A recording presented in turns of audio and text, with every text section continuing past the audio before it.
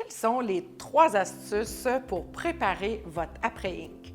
Je suis Josée Blondin, fondatrice de Transfert 360 et psychologue organisationnelle. Quelles sont les 3 astuces pour préparer votre après-Inc? C'est une réflexion en 3 temps que vous pouvez trouver dans le livre que j'ai coécrit, L'Après-Inc. Vous pouvez d'ailleurs trouver le livre L'Après-Inc sur mon site transfert360.com et avoir une copie dédicacée aussi. Quelles sont donc ces 3 astuces pour préparer votre après-Inc? La première réflexion, c'est moi en tant que personne. Moi en tant que personne, c'est le « qui suis-je ». Donc, définir votre vision aussi, votre vision pour plus tard. Donc, je suis une personne qui aime les défis. Ma vision pour plus tard, partir un autre projet d'affaires, m'investir dans du bénévolat. J'aimerais ça, par exemple, siéger dans des conseils d'administration. C'est quoi ma vision future? Est-ce que j'ai une vision active ou j'ai plus le goût de me retirer finalement pour profiter de la vie? Donc, c'est quoi le moi, finalement, en tant que personne? Et à ce moment-là, ça sera aussi de vous poser des questions sur vos objectifs personnels. Donc, des objectifs personnels qui sont, par exemple, au niveau, oui, de votre carrière, de vos compétences, qui sont des objectifs liés à vos buts au niveau financier, des objectifs au niveau aussi de votre réalisation, c'est quoi les prochains défis, votre réalisation personnelle, sociale aussi, donc quel ami que je veux conserver, la relation avec la conjointe, le volet aussi avec peut-être que je veux m'occuper de mes petits-enfants, et il y a aussi des objectifs à se positionner au niveau spirituel. C'est pas religieux, c'est comment je veux prendre soin de moi au niveau de l'alimentation, au niveau physique. Il y a donc des questions de fond à se poser sur le côté moi en tant que personne. L'autre chose, l'autre astuce pour préparer votre après-Inc, c'est le moi en tant que membre d'une famille et d'un réseau.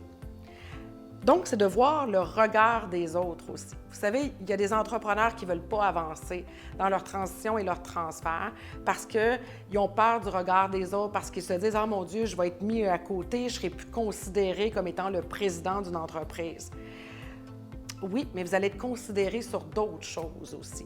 C'est pas parce que vous préparez votre transfert maintenant que vous allez vous en aller demain. Au contraire, ça prend une période de temps, une période de transition. Vous pourriez même continuer à avoir un rôle actif dans l'entreprise. C'est juste que celui-ci doit être défini. On va peut-être passer de président à ambassadeur, par exemple, où vous allez encore promouvoir l'entreprise, mais avoir un rôle qui vous demande d'être moins impliqué dans les opérations. Donc, c'est vous, finalement, en tant que membre d'une famille et d'un réseau, ce regard-là, oui, des autres, qu'il faut pouvoir mettre de côté, l'impact sur la famille aussi. Donc, il y en a qui ne veulent pas avancer parce qu'ils se disent « Ah, mon Dieu, je vais peut-être attendre que mes enfants soient plus vieux. » Oui, mais quand est-ce que vous voulez profiter de la vie? Donc, vous, avec votre famille, c'est peut-être le temps d'en discuter. Peut-être que vos enfants n'ont pas l'intérêt de reprendre l'entreprise non plus. Peut-être qu'ils veulent partir un autre projet d'entreprise.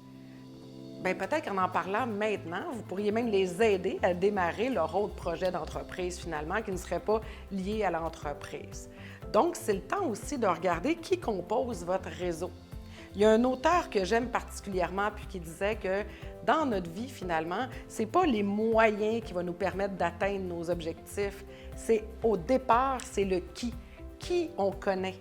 Donc, dans votre réseau, mais en connaissant le qui, ça peut même vous aider à vous propulser dans vos futurs projets aussi, dans votre vision. Peut-être même c'est là que vous allez pouvoir trouver aussi un autre repreneur finalement.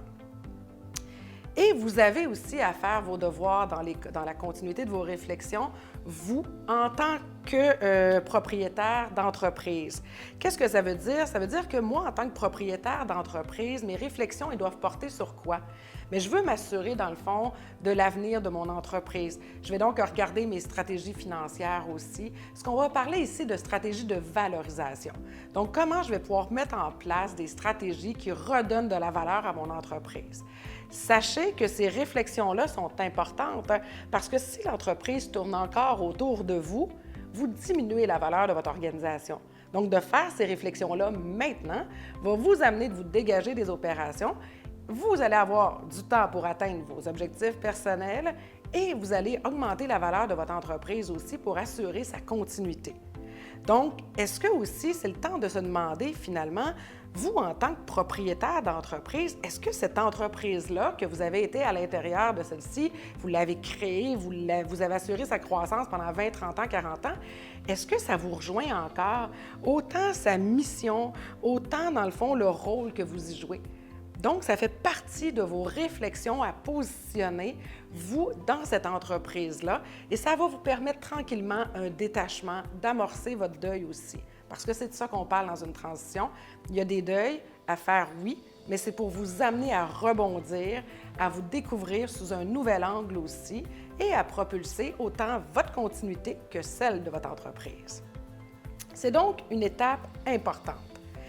Pour préparer votre après-Inc, il y a des réflexions donc à faire. Il y a des réflexions en tant que personne, des réflexions en tant que membre d'un réseau ou d'une famille et des réflexions à faire en tant que propriétaire d'entreprise.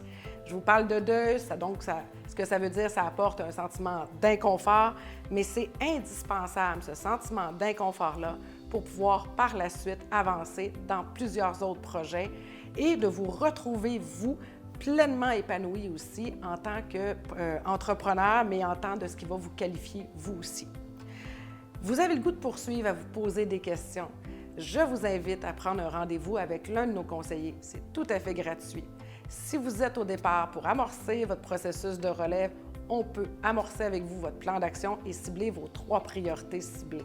Si pour vous, ce n'est pas tout de suite, vous pouvez quand même prendre votre rendez-vous et on va vous amener à vous poser des questions, susciter ces réflexions-là en amont pour vous amener à vous préparer et vraiment avoir le goût d'enfin profiter de la vie.